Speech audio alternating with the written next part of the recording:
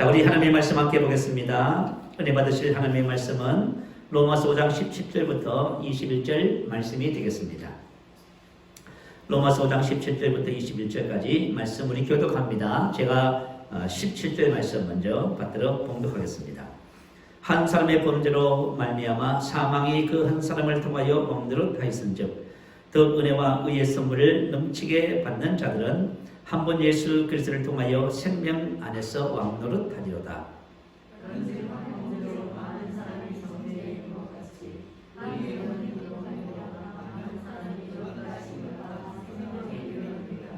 한 사람이 순종하지 아니함으로 많은 사람이 죄인 된 것 같이 한 사람이 순종하심으로 많은 사람이 의인이 되리라.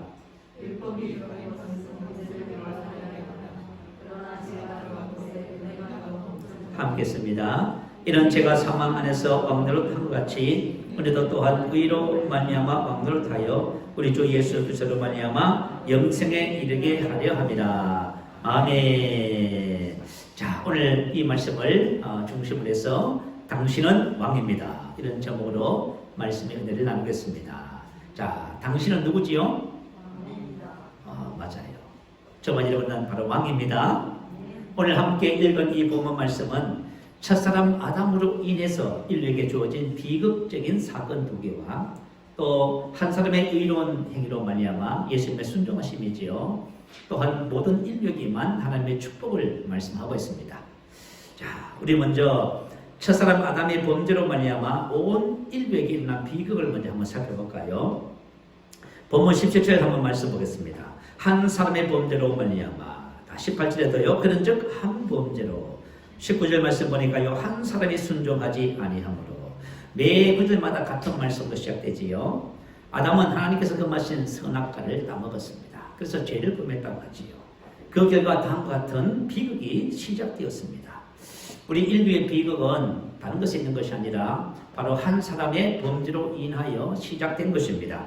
자, 오늘 본문 19절에 보니까요. 이렇게 기록합니다. 한 사람이 순종하지 아니하므로 많은 사람이 죄인 된 것 같이라고 합니다. 한 사람이 순종하지 않음을 통해서 많은 사람이 모든 사람이 죄인이 된 것이 바로 첫 번째 비극입니다. 자, 죄인이란 것이 뭘까요? 본문 21절에 보니까요. 이는 죄가 사망 안에서 왕노릇한 것 같이 죄가 사망과 함께 왕노릇했다 그 말입니다. 왕노릇한다는 것은 왕이 되다 통치하다 그런 뜻입니다. 자, 로마서 6장 14절에 보면 죄가 너희를 주장하지. 주장한다는 말은 무슨 뜻이냐면 주인이 되다, 다스리다, 통치권을 가지다 그런 뜻입니다. 바로 죄인이라는 것은 죄의 지배를 받는 사람을 말합니다. 죄가 왕이 되어서 우리 인생의 삶을 이끌어가는 것. 이게 참 비극적이지요. 그래서 이 세상에 태어난 모든 사람은 죄인으로 태어난다고 성경은 가르쳐 줍니다. 자, 그래서 이 세상에 태어난 모든 사람은 죄 가운데 태어나고 죄가 마치 운명처럼 죄를 가지고 살아가게 됩니다. 여러분, 운명이 뭘까요? 운명은 인간을 포함한 모든 것을 지배하는 초인간적인 힘 또는 그것에 의하여 이미 정해져 있는 목숨이나 처지를 말합니다. 자, 우리가 사람을 태어났어요. 가르쳐주지 않아도 죄를 범하게 되고요. 그것은 바로 죄의 능력이 우리 안에 거하기 때문에 어쩔 수 없이 운명처럼 죄를 지을 수밖에 없는 존재다 그 말입니다. 자, 그렇다면 하나님의 형상과 모형대로 지음받은 사람이 어떻게 이런 일이 벌어졌을까요? 그것은 바로 하나님의 형상과 모양이라고 하는 것은 하나님을 닮았다 그 말입니다. 하나님의 영이듯이 우리 사람도 영이었습니다. 하나님께서 빛이듯이 우리 사람도 빛이었습니다. 어둠이 조금도 없었습니다. 그런데요, 죄를 범해서 하나님의 영의 사람을 떠나므로 우리 사람이 영에서 육이 되었다고 가르쳐주지요. 그래서 요한복음 3장 6절 이렇게 기록합니다. 육으로 난 것은 육이요 영으로 난 것은 영이니. 아담은 하나님의 형상인 영에서 죄를 통해서 영이 떠나고 육이 되었다 그렇게 기록합니다. 그래서 이 세상에 태어난 모든 인류는 그 이후로부터 육으로 이 세상에 태어납니다. 그래서 육으로 난 것은 육이요 라고 말한 것입니다. 그런데 참 비극적인 것은 뭐냐면 로마서 7장 14절에 보면 나는 육신에 속하여 죄 아래에 팔렸도다. 자, 저 마지막은 태어나면서부터 보니까 육이었습니다. 근데 뭐에 죄 아래 팔렸다. 죄의 종이다. 세상에 죄가 저와 여러분을 주장하고 지배하고 있는 것입니다. 우리 속에 선한 것이 가지 않고요. 무엇이 관다고요? 에피데미아. 그죠? 이 말은 무슨 뜻이냐면 하나님의 뜻을 거스르는 악한 욕망, 충동, 갈망을 말합니다. 다시 말하면 죄의 본성이 사람 안에 거하는 것이지요. 그래서 로마서 10장 20절에 말해요. 내 속에 거하는 죄니라. 왜 사람이 죄를 짓는지 왜 이유를 알겠지요? 근데 우리가 그리스도인들이 죄의 본성에서 의의 본성으로 바뀌었습니다. 운명이 바뀌었어요. 그럼에도 불구하고 죄를 여전히 지어요. 그것을 몰라서 그래요. 그래서 저와 여러분이 오늘 말씀을 통해서 정말 하나님께서 우리에게 주신 축복을 아는 것이 너무 중요합니다.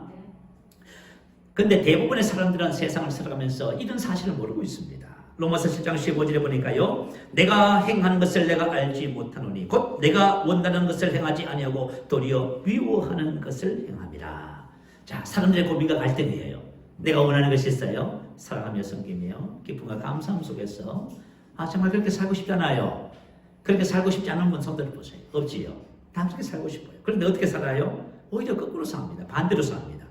내가 행하는 것을 내가 알지 못하노니 원하는 것은 내가 하지 않고 도리어 원하지 않는 그것을 행하고 있는 것입니다. 왜 그럴까요?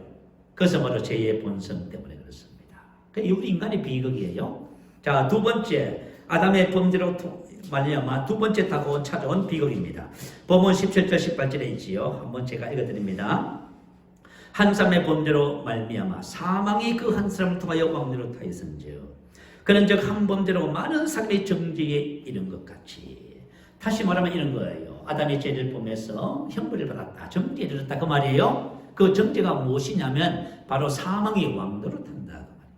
자, 우리가 이 세상에 태어났더니 죄가 나의 주인이고요. 또 사망이 뭐예요? 사망이 우리 인생의 왕입니다.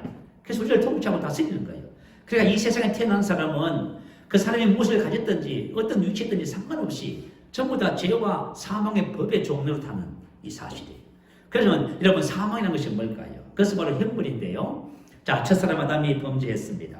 하나님께서 첫사람 아담과 하와에게 하신 말씀이 있지요. 여자에게 이렇게 말했습니다. 너는 임신의 고통에 대해서 얘기했어요.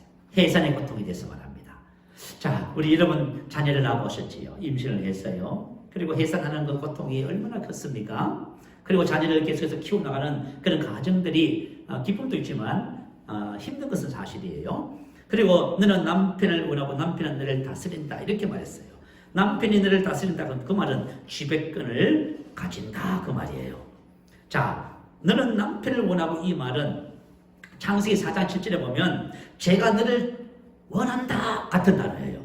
다시 말하면 죄라고 하는 것이 우리의 뭐예요? 갈망하는 우리를 지배하려고, 우리를 다스리려고, 우리를 차지하려고요. 그죠? 근데 우리 이 세상에 태어난 모든 아내들의 마음속에, 여자들의 마음속에 바로 이런 것이 있답니다. 또 남편들의 마음속에는요, 지배권을 가지고 다스리고 통치하려고 하는 마음인 거예요. 그래서 가정 속에서 끊임없이 갈등이 막 이렇게 되는 거예요. 그래서 이게 여자에게 주신 형벌 사망입니다. 그 남자에게는요, 땅은 너로 인하여 저주를 받았어. 땅에 갇히던 무가 엉겅퀴를 댄다 이렇게 말했어요. 다시 말하면 남자가 살아가는 삶의 현장 일터에서 무슨 일이 벌어졌어요? 가시와 엉겅퀴가 계속 나는 거예요. 그러니까 말이죠. 쓸데없는 것이 났거든요. 우리 인생을 괴롭히는 거지요. 그래서 땅이 뭐예요? 아담으로 말미암아 저주를 받는 거예요. 그러니까 정말 여러분 인생의 삶이 축복을 받아야 되지요. 그죠? 우리 인생 삶이 축복을 받아야 돼요. 심으면 심은 대로 거두고 행하면 행한 대로 번성하고 축복받는 그런 인생이 되어야 되는 겁니다. 근데 그것이 막 깨져버리고 만 거예요. 그래서 성경 뭐라고 기록해요? 내 평생 수고하여 그 소산을 먹으리라. 내가 흙으로 돌아갈 때까지 얼굴에 땀을 흘리려 먹을 것을 먹으리니 너는 흙이니 흙으로 돌아갈 것이니라. 이것이 바로 사망이라고 하는 것입니다. 사람에게 주어진 형벌이지요. 사람은 이 세상에 태어나서 여기서 벗어날 사람이 아무도 없는 것은 사실이지요. 그래서 두 사람이 살아가면서 자녀를 낳기 시작하잖아요. 가인을 낳고 아벨을 낳습니다. 아벨이 무슨 뜻이에요? 허무, 무상 그 뜻입니다. 인생의 허무함을 표현한 것이지요. 그래서 여러분 우리가 인생을 살아보면 어때요? 허무해요. 그죠? 그리고 에노스라고 하는 이름을 짓습니다. 이것은 뭐냐면 죽을 수밖에 없는, 죽을 운명에 처한, 병들어 죽을 인생 이런 뜻입니다. 그러니까 인생의 삶이 이런 말이죠. 저주가 임해서 병들고 죽게 되고요. 끊임없는 인생의 삶의 문제들 속에서 살아가는 것이 인생이 되었습니다. 율법 시대는요. 율법의 저주가 바로 사망입니다. 신명기 28장 15절 이하부터 68절까지 모든 저주에 대한 기록이 다 기록되어 있어요. 이 모든 것이 바로 사망의 법이라고 말씀을 해주시고 이 사망의 법이요. 어떻게 해요? 우리 인생을 지배합니다. 왕노릇하는 거. 그래서 말이죠. 이것이 바로 사람의 운명처럼 살아가는 거예요. 그래서 우리가 인생의 삶을 살면서 문제가 끊임없이 반복되는 것을 볼 수 있어요. 문제를 또 하나 해결하면 또 하나 오고 또 오고요. 그래서 문제를 그냥 포기하고 안고 살아가는 것이 우리 인생이지요. 로마서 7장 24절은 이런 인생에 대해서 이런 탄식을 합니다. 오호라 나는 공고한 사람이로다. 이 사망의 몸에서 누가 나를 건져내랴.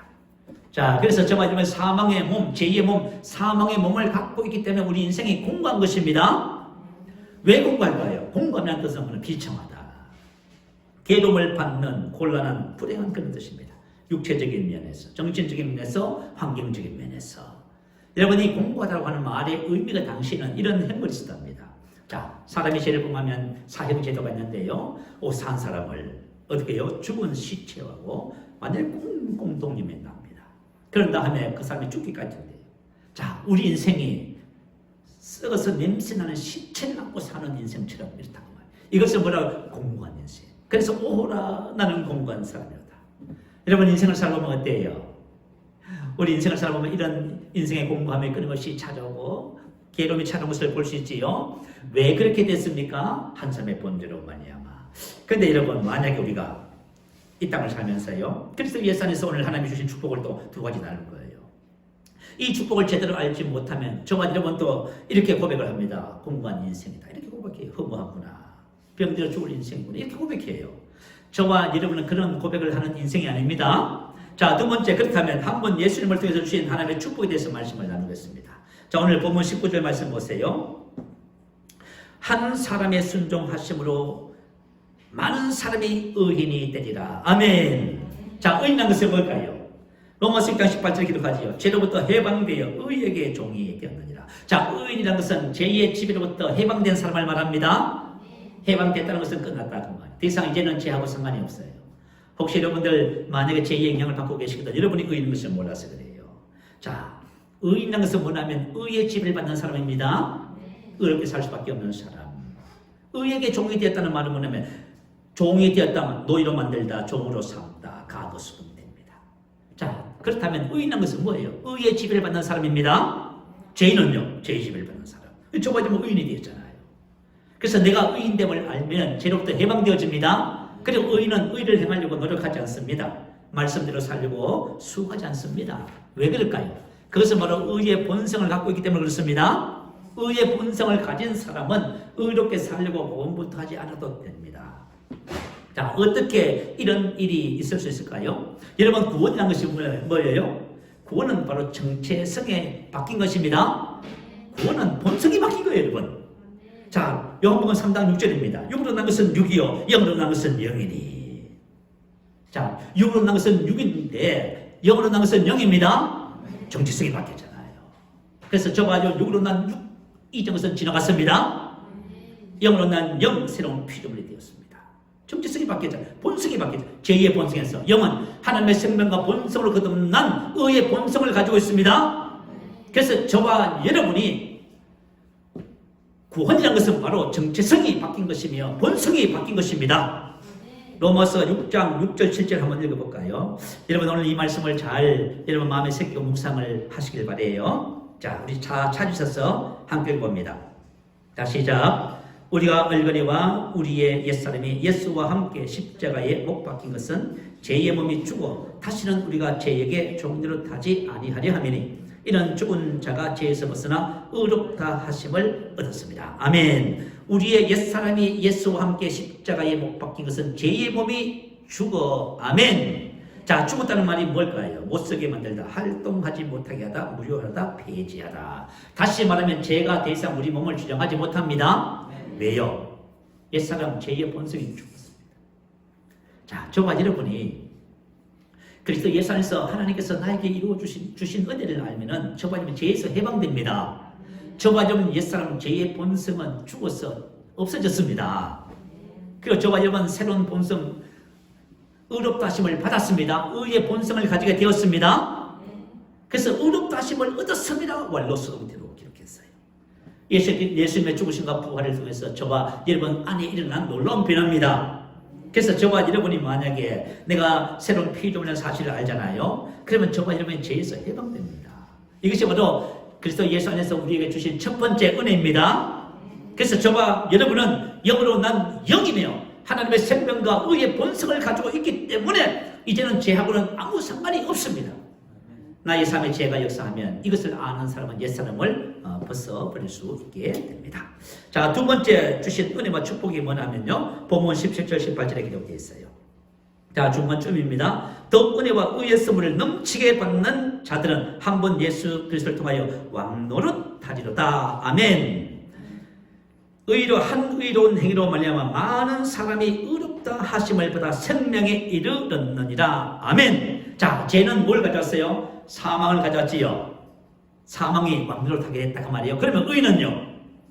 한 사람의 의로운 행위로 말미암아 많은 사람이 의롭다 하심을 받아 생명에 이르렀습니다. 자, 생명을 받았습니다. 이제 생명이 왕노릇합니다. 자, 사랑하는 성도 여러분, 우리 안에 하나님의 생명이 우리를 지배한다고 한번 생각해 보세요. 우리가 이 땅에 하나님처럼 사는 것은 당연한 것이지요. 바로 하나님께서 이 생명 안에서 왕노릇하는 축복을 주신 것입니다. 성도인 저와 여러분이 이 땅에서 신분은 뭘까요? 그것은 바로 왕입니다. 계시록 5장 10절 말씀 불러주세요. 한번 읽어보십시다. 그들로 우리 하나님 앞에서 나라와 제사장들을 삼으셨으니 그들이 땅에서 왕노릇하리로다. 다시 한번 읽어봅니다. 그들로 우리 하나님 앞에서 나라와 제사장들을 삼으셨으니 그들이 땅에서 왕노릇하리로다. 자, 그들로 우리 하나님 앞에서 나라와 제사장으로 삼으셨다는 말은 포이에오, 만들다, 창조하다 그 뜻입니다. 여러분, 창세기 1장에 보면, 창조에 보면, 창조 기사에 보면요, 바라, 아사라고 하는 단어가 있지요. 바라는 무에서 유를 만드는 것을 말해요. 근데 바로 이 포이에오가 바로 바라의 역입니다. 무에서 유를 창조한 거예요. 그러니까 하나님께서 저와 여러분을 어떻게 했다고요? 나라와 왕과 제사장으로 만드셨습니다. 하나님이 만드셨다는 말이 무슨 말이에요?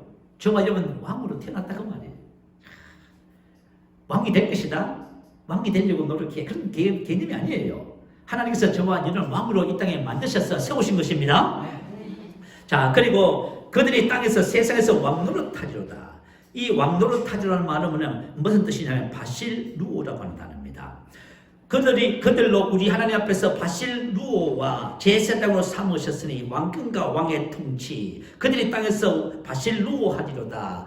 왕이 되다, 왕의 권력을 행사하다, 통치하다 그 말입니다. 자, 저와 여러분이 이 세상에 왕으로 창조되었으므로 바실루오 하는 것이 당연한 것이지요. 왕으로 못 산다는 말은 무슨 뜻이 모른다. 우리가 이제 그런 표현을 많이 써요. 우리가 은혜와 진리를 알면요, 하나님 주신 삶을 살아요. 모르면 못 살지요. 그게 참 안타까워요. 저와 여러분이 은혜와 진리를 알면은, 그죠? 하나님 주신 삶을 이 땅에서 살아낼 것인데요. 그것을 모르면은 저들이 그렇게 살아내지를 못하는 거예요. 자, 그래서 예수님의 수제자 베드로 사도가 그의 서신서에서 우리 그리스도인들을 향해서 다음 같은 말씀을 기록했습니다. 베드로전서 2장 9절에 있지요. 너희는 택하신 족속이요, 게노스란 말, 자손, 후손, 혈통, 출생을 말해요. 하나님께서 택하셨다 이 말은 무슨 뜻이면 고르고 고른 정성된 선택된 그 말이에요. 자, 하나님께서 저와 여러분 한 사람 하시면 어떻게 하셨다고요? 그냥 뭐 어쩌다 보니 예수 믿게 되고 그냥 교회 다니게 됐어요? 노, 아닙니다. 하나님께서 저와 여러분 고르고 골랐습니다. 왜 골랐어요? 여러분, 하나님의 아들 새로운 피조물 이 땅에 왕으로 세우려고 골랐어요. 그러니까 우리 개인 한 사람 한 사람이 얼마나 중요한지 아시겠지요? 우리가 인생을 살면서 나의 귀함, 중요함을 놓쳐버리면 아무도 안 됩니다. 그죠? 우리가 저와 여러분 그리스도 예수 안에서 얼마나 귀한 존재인지를 우리가 발견하셔야 됩니다. 하나님께서 나를 고르셔서 딱 선택하신 거예요. 왜 선택하셨어요? 왕 같은 제사장이에요. 왕인 동시에 제사장. 왕의 특권과 축복을 받은 것을 의미해요. 그래서 저와 여러분, 하나님께서 왜 우리를 고르고 고르셨어요? 이 땅의 왕으로 세우기 위해서. 할렐루야. 그렇다면 우리가 이 땅에서 뭐로 살아야 됩니까? 그렇지요. 자, 그래서 오늘 저와 여러분이 이 왕으로 사는 비결에 대해서 말씀을 나누고자 합니다. 먼저 왕으로서 다스리는 영역을 먼저 한번 살펴보고자 해요. 제가 6년 전에 예수 선교사관 출단한 적에요, 같이 이렇게 믿음의 교제를 나눈 한 목사님이 계셨습니다. 그 목사님은 저보다 연세도 많으시고요, 또 목회 경력도 참 많으신 분이에요. 그런데 예수 선교사관을 다니면서 자신의 신분을 알았어요. 왕이라는 사실을 알았어요. 그래서 하루는 우리 이제 코칭하는 시간에 질문을 했습니다. 뭐라고 질문했냐면, 자, 사람을 다스리는 것이 맞습니까? 라고 질문했어요. 왜냐하면은 이 목사님께서 자기가 왕 것을 알게 되니까요. 자, 사역을 하면서 주변에 있는 사람들에게 자꾸 막 지시하고 명령하는 거예요, 자기가. 깜짝 놀랐어요. 그래서, 야, 이렇게 하는 것이 맞는 것인가? 이 고민이 생긴 거예요. 그래서 질문을 한 것입니다. 자, 그러자 코칭해 주시는 목사님이 뭐라고 말을 했겠어요? 사람은 다스리는 대상이 아니라 섬김의 대상입니다. 그렇게 말씀했어요. 여러분, 사람은 다스림의 대상이 아니에요. 여러분이 만약에 힘이 있다고 자녀를 다스리고 남편과 아내를 다스리고 막 주장하려고 하고, 이건 잘못된 것입니다. 하나님께서는 저와 여러분이 사람을 사랑하라고 사람을 붙여주신 거예요. 자, 이것을 잘 이해하지 못하면 안 돼. 그러면 우리가 어떤 영역에서 다스려야 될까요? 세 가지 영역에서 성경은 다스린다고 말하고 있습니다. 자, 첫 번째 영역은 죄와 사망의 영역을 다스립니다. 과거에는 어땠습니까? 로마서 8장 2절에 보면 죄와 사망의 법이 그렇게 말씀하지요. 법이란 것은 뭐예요? 나를 주장하는 거예요. 과거에는 죄가 나를 주장했어요. 죄가 내 안에 거하고요. 죄의 본성이 능력을 가지고 나를 지배하는 삶을 살았습니다. 그래서 내가 원하는 것을 하고 싶은데도 하고 나면 뭐예요? 원하지 않는 것을 하고 있는 것이죠. 그래서 우리 인생의 불행을 누가 만들어가요? 우리 인생의 불행을 여러분 누가 만들어가지 않아요. 내가 만들어가는 거예요, 여러분. 내가 인생의 불행을 내가 스스로 불행하게 만들고 그렇게 살아가는 거예요. 왜냐하면 죄가 나를 지배하는 거예요. 자, 이제는 저와 여러분이 이제 제2의 법을 지배합니다. 로마서 8장 2절에 기록하지요. 생명의 성령의 법이 죄와 사망의 법에서 너를 해방 자유케 하잖아요. 그래서 저와 여러분이 나에게는 생명, 내가 의의 본성을 가지고 사는 새로운 피조물임을 알면은 저와 여러분은 이제부터 죄에게 영향을 받지 않습니다. 여러분, 죄의 영향을 받고 죄 때문에 괴로워하시는 분들은 아직까지 저와 여러분 그걸 몰라서 그런 거예요. 하나님께서 저와 여러분에게 죄를 다스리라고 말씀하신 거예요. 두 번째는 사망의 법이 우리를 지배하고 있습니다. 자, 어떠세요? 늘 우리가 살아보니까요, 문제의식 속에서 살아가요. 어떤 분은 건강 염려증으로 살아가요. 건강에 대한 염려를 계속 하는 거예요. 어떤 분은 재정에 대한 문제, 어떤 분은 어떤 분야에 대해서 두려워하고 염려하고 관심해요. 왜 그럴까요? 그것은 자, 사망이라고 하는 것이 우리를 지배해서 그렇습니다. 저와 여러분이 생명 안에서 왕노릇하면 그런 의식을 안 가져요. 어떤 문제라든가 정상과 환경과 상황이 와도 저와 여러분이 아브라함의 복을 가지고 늘 그 사망을 다스리고 정복하는 삶을 삽니다. 그렇게 하지 못한다는 말은 무슨 뜻이냐면 지금 영향을 받고 있고 지배를 받고 있다는 그런 뜻이에요, 여러분. 자, 저와 여러분은 이제 더 이상 사망의 법에 영향을 받지 않습니다. 왜냐하면 죄와 사망의 법은 제거되었고 생명의 성령의 법이 우리 안에서 우리를 통하여 역사하고 있기 때문에 그렇습니다. 그래서 나의 삶은 아브라함의 복이 역사합니다. 자, 이거 한번 생각해보세요. 나의 삶에 아브라함의 복이 역사한다고 우리가 한번 믿어보세요. 어떻게 되는가? 내가 하는 모든 가는 일 발걸음 속에서 안 된다, 그죠? 힘들 것이야, 문제가 될 것이야 라고 부정적으로 절대 생각하지 않겠지요. 항상 긍정적으로, 그죠? 나의 삶에 하나님께서 함께하셔서 나의 가는 곳에 하나님의 복을 허락하시고 좋은 것을 주시고 현명하게 선이 되게 하시고 선한 것을 베푸시고 형통하게 하시오. 늘 이렇게 말하겠죠. 이것은 뭐냐면 바로 저와 여러분이 인생에 살면서 하나님의 생명의 성령의 법을 따라서 사망의 법을 지금 다스리고 지배하고 있는 것입니다. 그래서 하나님은 저와 지금 그렇게 인생을 살도록 두 영역에서 다스리도록 하셨어요. 조미숙 강사님께서 예수 선교 사관학교에서 강의를 하면서 다음 같은 간증을 했어요. 교회 집사님 중에서 심장병을 앓는 집사님이 있었다 합니다. 그런데 이 집사님은요, 상태가 너무 안 좋아서 언제 심장이 멈출지도 모른대요. 만약 주무시다가 심장이 멈추면 뭐 돌아가시다 세상을 떠나는 거지요. 그래서 늘 말씀을 고백하고 기도하지만 그래도 늘 어려움 속에서 그렇게 지내셨답니다. 한 번은 이런 치유 집회를, 그죠? 보통 우리 그리스도 대사교회 보면 가끔씩 치유 집회 하잖아요. 집회를 참석을 했대요. 그 강사님께서 말씀을 전하고 치유 기도를 하고 그리고 치유받은 사람들 앞에 놓으셔서 간증하라고 초청을 했답니다. 그런데 이 집사님이 말씀을 듣고 기도하면서요, 자기가 치료받았다는 것이 너무너무 믿어져 버린 거예요. 그래서 치료받지 않았는데도 불구하고 뭐 했어요? 간증으로 나왔어요. 그래서 물었습니다. 강사가 어떻게 나오셨습니까? 제가 심장병을 이렇게 알고 이런 상태였는데 오늘 말씀을 듣고 기도하는데 그때 내가 치료받았다는 사실이 너무너무 믿어졌어. 내가 치료받았다고 간증으로 나왔습니다. 여러분, 저와 여러분이 하나님의 말씀으로 마음과 생각이 새로워졌다면 이렇게 되는 거예요.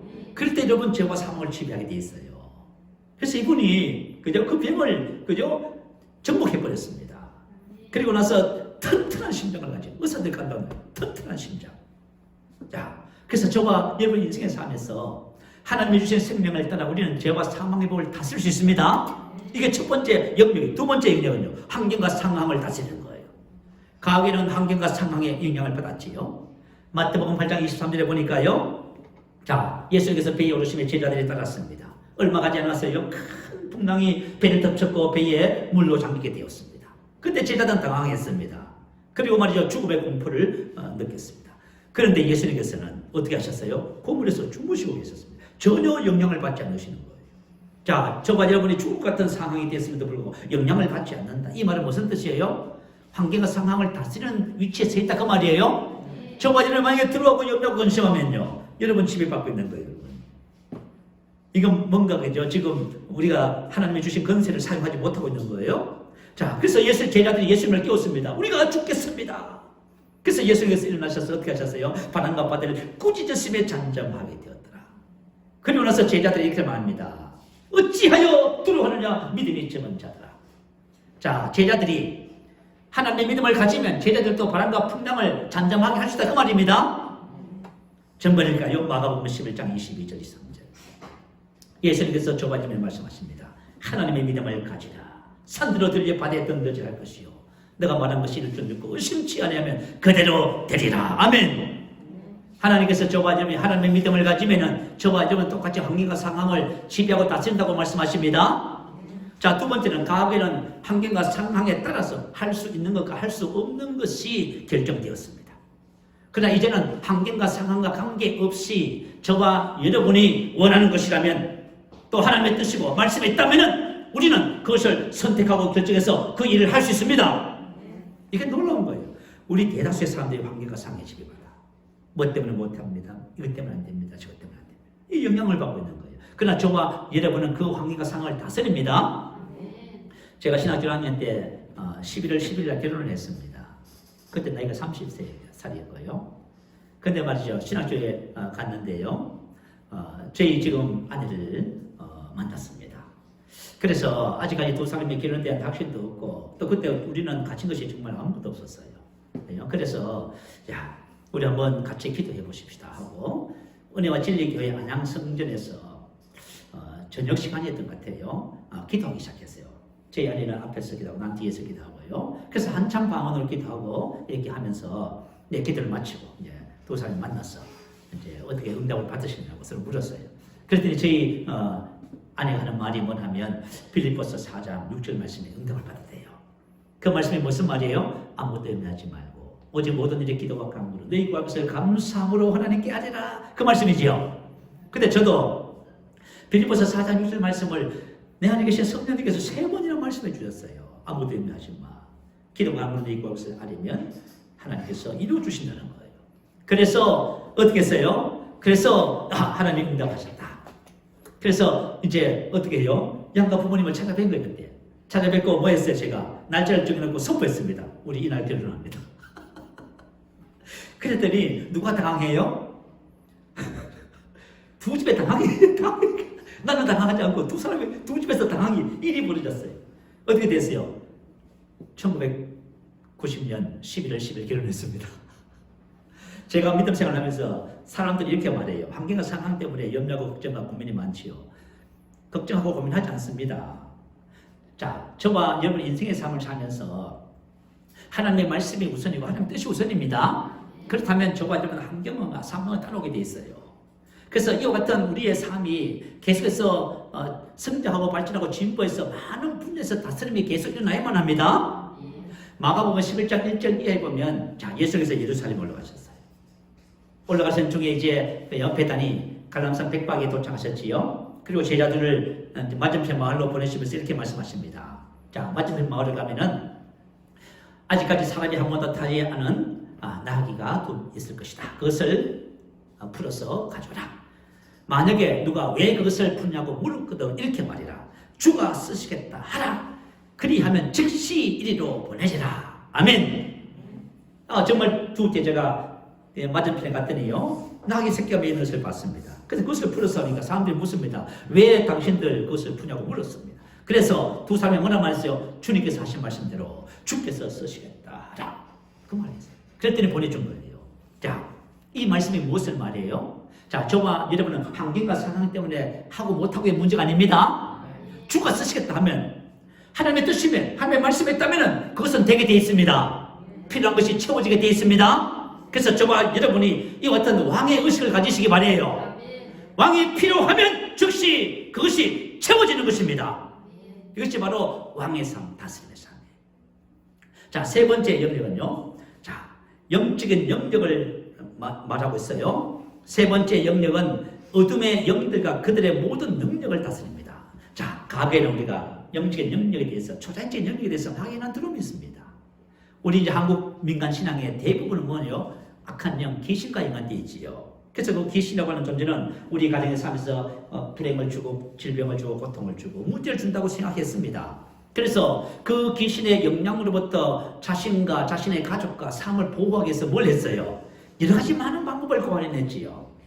뭐 부적도 있겠고요. 뭐 풍수지리설도 거기에 해당될 것 같아요. 그리고 구슬을 한다든지 또 내지는 보름날 행하는 모든 그 행사들이 무엇과 연관되어 있어요? 전부 영적인 존재와 연관되어 있습니다. 지금 우리가 교회가 있는 이 주변에 옛날에 많은 집들이 있었어요. 몇 가지 집이 있었어요. 옛날에 제가 전사 때 이 집들을 다니면서 다 전도를 했습니다. 근데 가보면은요, 대문을 열고 들어가잖아요. 그러면 처마 밑에다가 전부 뭘 했어요? 들어가는 출입문에 전부 가시, 그죠? 가시를 해서 뭉치를 해가지고 묶어놨습니다. 왜요? 그 악한 귀신도 조시 못하죠. 자, 근데 이러면 봐요. 성경은 뭐라고 이렇게 예수님이 땅에 왜 오셨지요? 마귀의 일을 멸하기 위해서 오셨지요. 여러분, 예수님은 이 땅에 마귀가 없다고 말하지 않아요. 마귀가 사람들에게 주는 고통과 질병과 괴로움을 전부 망하게 하기 위해서 오신 것입니다. 그래서 사도행전 10장 38절 기록하잖아요. 마귀에게 눌린 모든 사람을 고치셨다 하잖아요. 이 눌렸다는 것은 압제하다, 무엇에 대해 권력을 행사하고 지배하다, 그 말이에요. 그래서 마귀가 이 땅에 왕이 되어서 사람들을 지배하고 고통을 준다, 그 말이에요. 근데 예수님께서 어떤 일을 하셨어요? 마귀의 권세를 폐지시키시고 그것을 뺏어서 우리 믿는 자에게 주셨지요. 왜 우리 믿는 자에게 주셨어요? 영적인 영역을 다스리고 문제 속에 있는 사람들을 구원하라고 주셨잖아요. 누가복음 10장 19절 20절 올려주시면 함께 씁니다. 시작. 내가 너희에게 뱀과 정갈을 밟으며 원수의 모든 능력을 제어할 권능을 주었으니 너희를 해할 죄가 결코 없으리라. 그러나 귀신들이 너에게 항복하는 것으로 기뻐하지 말고. 아멘. 자, 하나님께서 우리에게 지난 시간에 말씀을 나눴나요? 하나님께서 예수님께서 저번에 지금 뭔가를 위임하고 계시는 거예요? 위임한다는 것은 뭐냐면 우리에게 주시는 거예요. 그것을 하라고. 자, 뱀들과 정갈들과 원수의 모든 능력 위에 짓밟음의 권세를 주었으니 마귀가 귀신들에게 어떻게 복종하는 것입니다.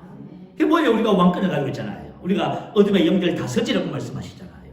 질병도 다스리고 악한 영이 행한 모든 능력들을 불행과 문제와 갈등 속에 있는 모든 그 환경과 상황을 어떻게 하라고요? 다스리고 정복하고 다시 새롭게 하라고 우리에게 권세를 주신 것입니다. 하나님께서 우리에게, 그죠? 사단을 다스리는 우리 발 아래 둔 것이 있어요. 그것은 뭐냐면 악한 영을 발 아래 두셨습니다. 그리고 교회 아래 만물을 발 아래 두셨지요. 그래서 저와 여러분은 만물을 다스리고 이 땅에 영적인 존재를 다스리는 권세를 가진 왕입니다. 이 세 영역에서 우리는 다스림의 삶을 삽니다. 자, 그렇다면 중요한 것이 있어요. 어떻게 하면 우리가 이렇게 하나님이 주신 왕의 권세를 가지고 다스림의 삶을 살 것인가 하는 문제입니다. 자, 어떤 사람들이 왕으로 살 수 있을까요? 자, 오늘 본문 17절 말씀에 기록되어 있어요. 자, 한번 볼까요? 한 사람의 범죄로 말미암아 사망이 그 한 사람을 통하여 왕노릇 하였은즉 더 은혜와 의의 선물을 넘치게 받는 자들은 한 번 예수 그리스도를 통하여 생명 안에서 왕노릇 하리로다. 자, 어떤 사람이 왕노릇해요? 은혜와 의의 선물을 넘치게 받는 사람들. 이 왕노릇 하는 주어가 바로 은혜와 의의 선물을 넘치게 받는 사람입니다. 이 은혜와 의의 선물이 뭘까요? 이 은혜와 의의 선물은 예수님께서 우리를 위해서 행하신 모든 것을 말해요. 그분이 우리를 위해서 십자가에서 죽으셨지요. 모든 장사되었다가 3일 만에 부활하시고 승진하셨습니다. 그리고 그 행하신 모든 것을 우리에게 주신 것이 바로 은혜와 의의 선물입니다. 은혜와 의의 선물은 개별적인 두 개가 아니고, 그죠? 같은 하나인데 다르게 보이는 것 뿐입니다. 그래서 은혜와 의의 선물은 같은 것이에요. 은혜와 의의 선물을 주셨어요. 왜 주셨어요? 생명 안에서 왕노릇 하라고 주신 거예요. 자, 그래서 여러분, 이게 너무너무 중요해요. 사도행전 20장 32절 한번 올려주세요. 자, 우리 말씀 한번 같이 읽어봅니다. 지금 내가 여러분을 주와 및 그 은혜의 말씀에 부탁하노니 그 말씀이 여러분을 능히 든든히 세우사 거룩하게 하심을 입은 모든 자 가운데 기업 있게 하시라. 자, 은혜의 말씀, 은혜와, 자, 저와 여러분, 의와 은혜의 선물이 바로 의의 말씀입니다. 의의 말씀을 왜 주셨어요? 저와 여러분 능히, 저와 여러분 든든히 세우기 위해서 주신 겁니다. 왕같은 제사장으로 이 땅을 다스리는 왕으로 세우기 위해서, 저와 여러분 사랑의 사람으로 세우기 위해서요. 믿음의 사람으로 세우기 위해서, 축복의 사람으로 세우기 위해서 주신 거예요. 그래서 저와 여러분 이 땅에 살면서 무엇이 나를 복되게 하고 나를 세우는지를 여러분 발견하셔야 됩니다. 여러분, 그것이 뭐냐면 은혜와 의의 선물이 저와 여러분을 이 땅에서 생명 안에서 왕노릇하도록 세워주는 거예요. 그래서 저와 여러분 세워져야 되는 겁니다. 자, 예수 믿는다 해서 다 왕노릇 할 수 있나요? 축복의 통로로 살 수 없잖아요. 그래서 저와 여러분이 은혜와 의의 선물을 통해서 저와 여러분의 심령이, 우리 내면이 세워지는 것입니다. 그때 저와 여러분이 왕노릇하게 된다 그 말이에요. 은혜와 의의 선물을 넘치게 받는 자들이 했지요. 그래서 저와 여러분 은혜와 의의 선물을 어떻게 해야 됩니까? 넘치게 받아야 됩니다. 넘친다는 것은 넘치는 것, 가다, 풍부, 그런 뜻입니다. 자, 우리 초대교회를 보면요, 7명의 집사님을 세웁니다. 근데 집사님을 세우는 기준이 뭐지요? 선발 기준? 자, 성령과 지혜가 충만하여, 믿음과 성령이 충만한 사람, 스데반의 은혜와 권능이 충만하여. 어떤 사람요? 충만한 사람입니다. 은혜와 진리가 충만한 사람, 성령과 생명이 풍성한 사람, 자, 가득한 사람. 왜요? 저와 여러분이 그 은혜의 말씀을 통해서 우리 내면이 세워지지 않으면, 왜요? 하나님 앞에서 이렇게 그런 삶을 살아낼 수가 없어서 그래요. 그리고 은혜와 의의 선물을 넘치게 받는 이 말은 람바노, 현재 능동됨. 지금 저와 여러분이 람바노는 취하다, 붙잡다, 나에게로 수집하다 그 뜻입니다. 내게로 내가 그것을 붙잡는 것을 말이에요. 이 말은 어떤 뜻이냐면 저와 여러분이 은혜의 말씀을, 그 하나님의 말씀을, 그리스도의 말씀을 우리 안에 풍성하게 거하게 해야 된다 그 말씀입니다. 우리가 이제 영으로 고백하고, 그죠? 기도하고 하잖아요. 그래서 뭐냐면은 은혜의 말씀을 내 속에 풍성히 거하게 하도록 하겠어. 자, 이렇게 은혜와 의의 선물을 풍성하게 넘치게 받을 때 우리는 두 가지 영역이 실제가 돼요. 하나님께서 우리에게 생명을 주셨다 하지요. 왜 생명을 주셨다고 하지요? 로마서 6장 4절은 말이에요.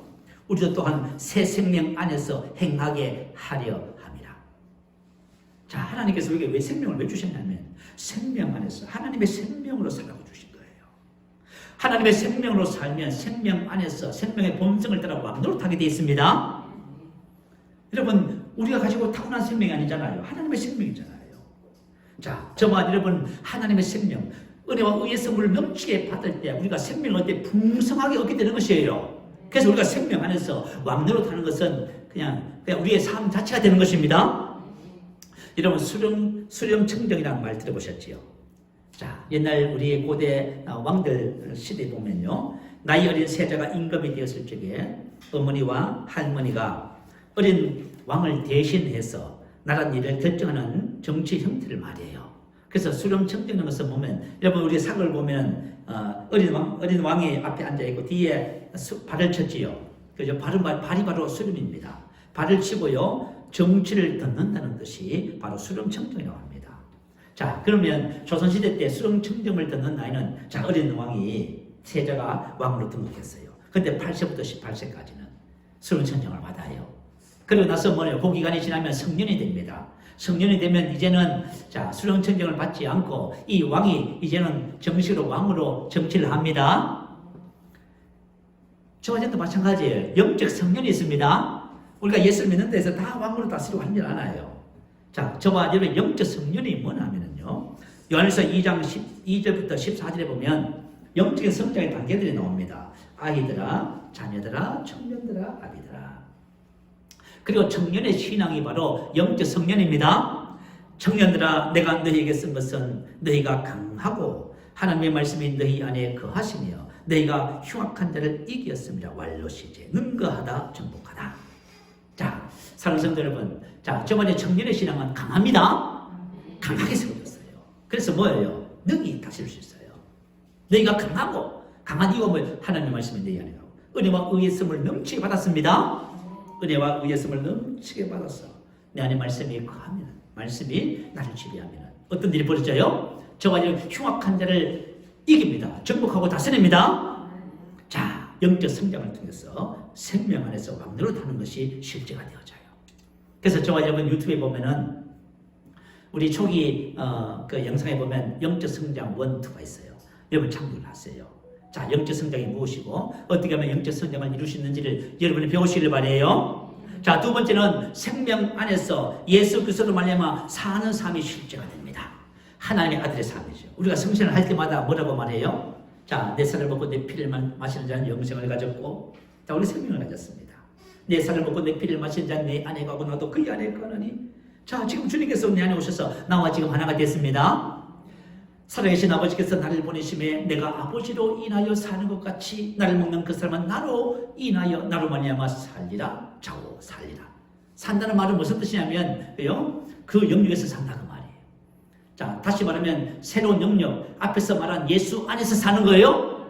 주님과 함께 살아가는 거예요. 초자연적인 생명을 살다 어떤 것에 근거하여 살아가는 것을 좌우라고 합니다. 그래서 예수님께서 그렇게 사신 것처럼 똑같은 삶을 우리에게 주신 것입니다. 자, 여러분, 이 어떤 삶이 뭐예요? 포도농부까지. 제가 이런 생각을 해봐요. 우리가 인생을 살다 보면 여러분 나름대로 고민이 있을 거예요. 자, 그러면 왜 고민을 할까요? 고민하는 이유는 단 하나입니다. 내가 지금 어떤 영역에서 사는지에 대한 것을 잊어먹어서 그래요. 자, 저와 여러분은 초자연적인 영역, 그분의 생명과 예수 그리스도 안에서 살아갑니다. 내가 사는 것이 아니라 주님과 함께 그분과 완전히 하나가 되어서 살아가는 삶, 우리의 삶이에요. 그럼 왜 우리가 또 고민을 할까요? 왜 걱정하고 염려할까요? 그것은 뭐냐면 하나님께서 우리에게 주신 새로운 삶을 우리가 살아내지 못하고 있는 거예요. 뭐가 잘 안 돼서 고민이 되고 어렵고 힘들어서 고민이 되고 이래서 고민되고 저래서 고민되고. 이것은 뭐냐면 고민할 필요가 없는데 아직까지 새로운 영역에서 사는 삶을 배우지 못해서 고민하고 걱정하고 염려하고 있는 것입니다. 자, 그래서 저와 여러분이 은혜와 의의 씀을 넘치게 받기 시작하면은 저와 여러분의 새로운 영역에서 사는 삶이 실제가 됩니다. 그것이 바로 포도나무와 가지의 삶. 예수님은 포도나무가 되시 우리는 가지입니다. 그래서 하나가 되어서 그분을 인하여 공급되어지는 능력으로 사는 놀라운 왕 같은 제사의 삶이 무시되는 거예요. 자, 하나님께서 저와 여러분에게 놀라운 삶을 주셨습니다. 그것은 바로 왕 같은 제사장의 삶입니다. 우리가 하나님께서 주신 삶을 알고요, 그 삶을 살아낸다면 가장 기뻐하실 분은 바로 하나님이시고 아마 저와 여러분 삶도 엄청 기쁠 것 같아요. 그죠? 그래서 저와 여러분은 지금 은혜와 의의 선물을 지금 얻기를 넘치게 받기를 사모하고 그렇게 하고 있는 거예요. 저도 지금 말씀을 이렇게 설교하고 나누고 있잖아요. 제가 오늘 설교 마치고 나면요, 제가 지금 녹음한 거 한번 듣고요, 유튜브에서 영상이 뜨면은요, 그거 다시 한번 들어요. 아니, 목사님 설교하고 뭐 그런데 또 뭘 듣습니까? 여러분 그렇지 않아요. 제가 설교한다 해가지고 제가 이런 삶을 다 산다는 건 아니에요. 자, 내가 지식을 갖고 있고 설교를 하고 가르친다고 해서 완전하게 이렇게 삶을 사는 것은 아니에요. 그래서 저와 여러분도 계속해서 원하면 은혜와 의의 씀을 넘치게 받습니다. 왜요? 은혜와 의의 씀을 넘치게 받아야 뭐가 가능해요? 생명을 사는 삶이 가능해요. 생명 안에서 한 분 예수님을 통해서 사는 삶이 가능해지는 겁니다. 그럴 때 우리는 이 땅에서 왕같은 제사장의 삶을 살아내는 거예요. 그래서 저와 여러분이 정말 은혜와 의의 선물을 여러분 사모하신다면 여러분의 삶에도 그런 변화가 일어날 거예요. 이것은 내 안에서부터 일어나는 변화예요. 내 안에서부터 은혜의 말씀을 통해서 우리가 왕 같은 사람으로 세워지는 겁니다. 믿음의 사람으로, 사랑의 사람으로, 축복의 사람으로 세워지는 거예요. 그건 내가 하는 거예요, 여러분. 그래서 그럴 때 저와 내 안에서 그것이 세워질 때 저와 저는 이 땅을 하나님이 말씀하신 뜻을 따라 사는 진정한 자연의 삶을 살아야 됩니다. 왕만이 진정한 자유를 누릴 수 있습니다. 왕만이 진정한 자유와 왕만이 이 땅에서 하나님의 뜻을 행할 수 있는 그런 삶을 살 수 있음을 믿습니다. 오늘 말씀을 생각하면서 함께 기도하겠습니다. 우리가 이 땅에 태어난 것은 하나님께서 우리를 이 땅을 다스리는 왕으로 만들어 주셨습니다.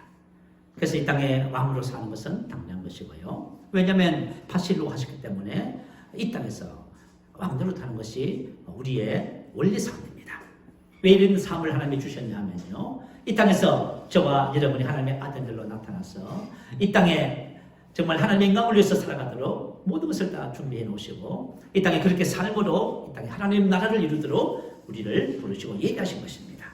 저와 여러분이 이제 더 이상 낮은 것에서 만족하지 마시고 은혜와 의의 선물을 넘치게 받는 자리로 나와서 저와 여러분이 이 땅에서 하나님이 주신 아들의 삶을 살아내는 왕의 삶을 살아내는 저와 여러분이 될 줄 믿습니다. 그것을 우리가 믿음으로 바라보면서 함께 기도하겠습니다. 하나님, 내 심령 속에 은혜와 의의 선물을 넘치게 받는 사모하는 마음을 주시고 주님 앞에 한 주간도 은혜와 의의 선물을 넘치게 받아서 점점점 내가 왕으로 세워지고 하나님의 사람, 사랑의 사람, 축복의 사람으로 세워지는 아름다운 역사를 이루어달라고 할렐루야. 우리 한번 크게 부르시며 기도합니다. 할렐루야.